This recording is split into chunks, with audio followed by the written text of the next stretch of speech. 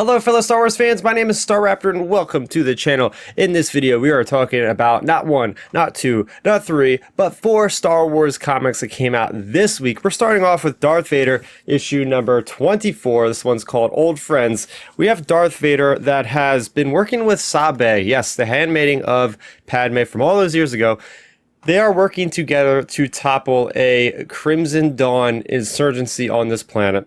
So they are in preparation to take out this cell. So we have Sabe, that is now a commander in the Empire, literally has a rank being obeyed by stormtroopers, and her and Vader are going in and taking out what is an outpost of all these different people. So she is basically there to support Vader, and they are going through methodically just destroying these Crimson Dawn agents and really doing it in a spectacular fashion.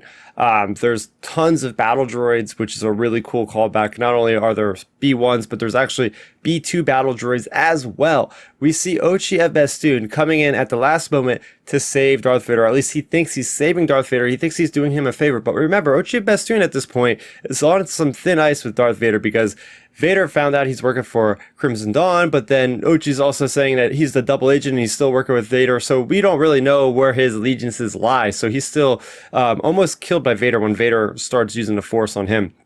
But they get to the governor, which is the person that's part of the Crimson Dawn, and she has this weapon in the science facility that actually stuns Vader. It literally stuns Vader. He can't do anything.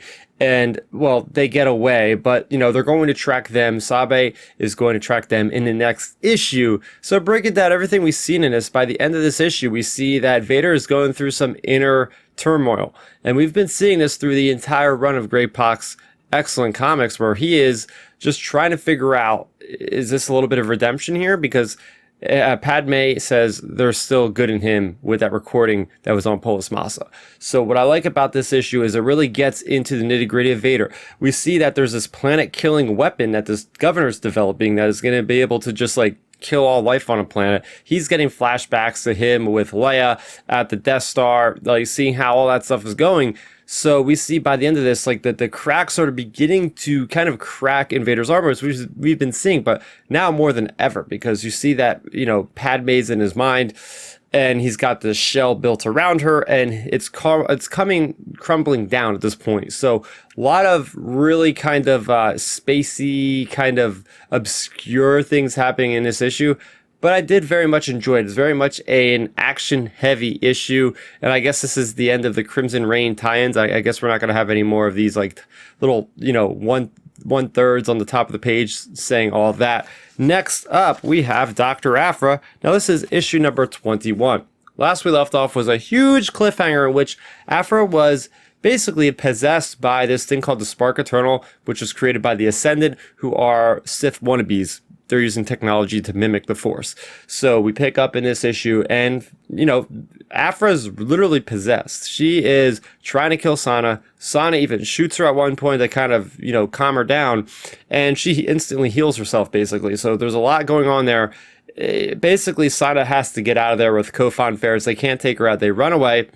On their way out of this place, they get trapped by Boushh. Yes, Boushh, the bounty hunter that Leia gets the costume for to sneak in at Return of the Jedi in Jabba's palace.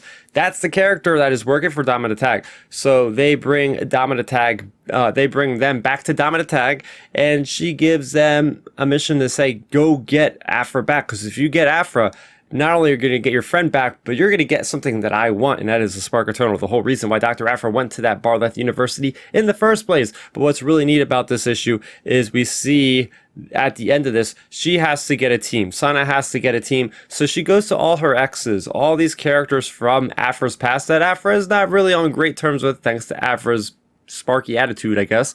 And one of those characters is none other than Magna Tolvan, that we haven't seen since volume 1 of Doctor Aphra. So it's really cool. We're getting this like Avengers moment of all these cool, strong female characters in the Aphra comics coming together to help bring their, I guess you can call it, sort of like friend back from whatever, and if this can even happen, maybe they can't take her back from the Spark Eternal. That's the thing about the Doctor Aphra comics, is they are very zany, very just out there, and that's what really does well with these comics, what makes them set up so much differently than everything else going on currently. There was also a B story plot involving Ariel as well as Lucky, as well as just Lucky. And there's a flashback where it involves them at the base of the Crimson Dawn with at the Vermilion, which is their flagship of Qi'ra.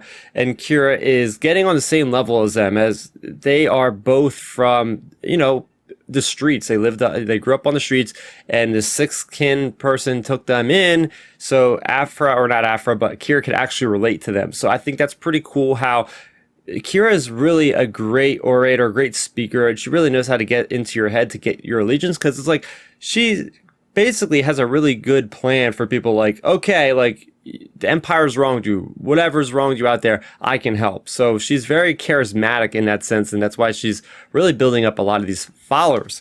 We also have ObiWan Kenobi, or actually just Obi-Wan issue number 2.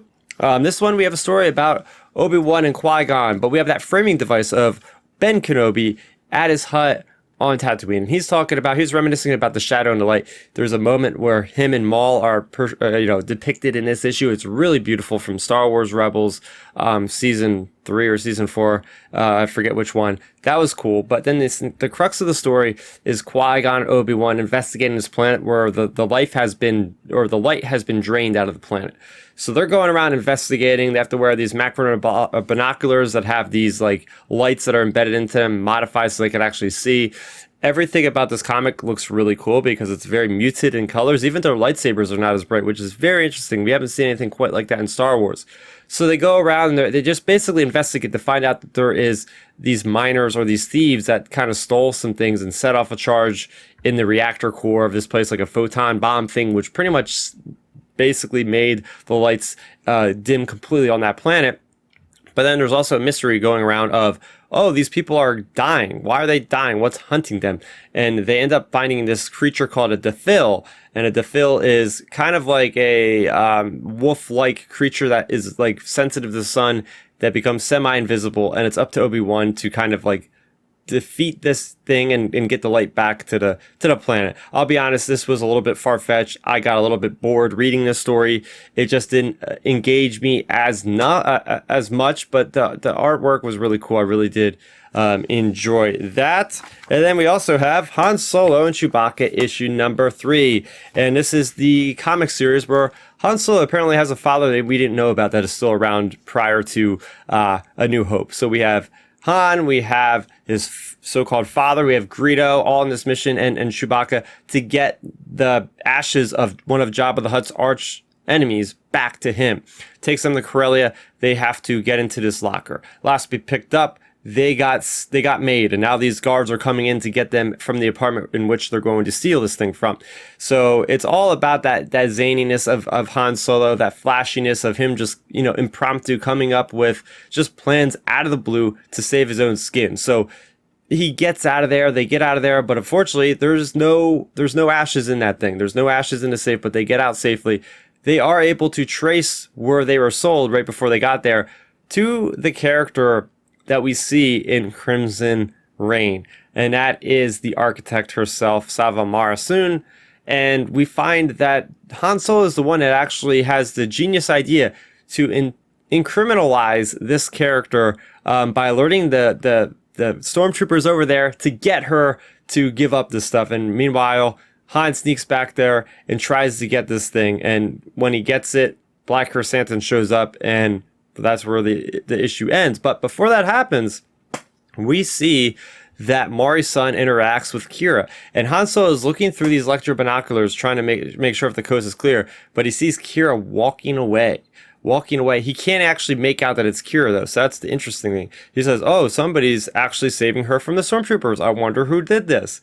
And we know, as readers that have read Crimson Reign number 3, in which we see the backstory that we are watching from this different angle in this story, that is happening. So I gotta appreciate everybody that is involved, Mark Guggenheim, the artist, everybody that's involved with this specific issue, because it's really cool seeing that connective tissue. I wasn't expecting to see any Crimson Reign tie-ins to a story that way predates that story. I mean, this is at least 5-6 years probably before that happened. So it is neat seeing that Qi'ra has been planning this whole takeover of the galaxy all the way back then. It's been years in the making. So there you have it. That was all the comics that we had for this week. which one do you gravitate more towards? Was it Han Solo? Was it more Obi-Wan? Was it Darth Vader, or was it Doctor Aphra? Let me know in the comment section down below. For more on Star Wars, you could tune in every Friday night at 9 o'clock Eastern for Outer Rim Transmission, my weekly Star Wars podcast with my buddies Milton and my buddy Ben. We had a guest of Matthew from Canon on this previous week, so you can go ahead and check that out. That's going to do it for me, Starrapter. Thank you so much for watching,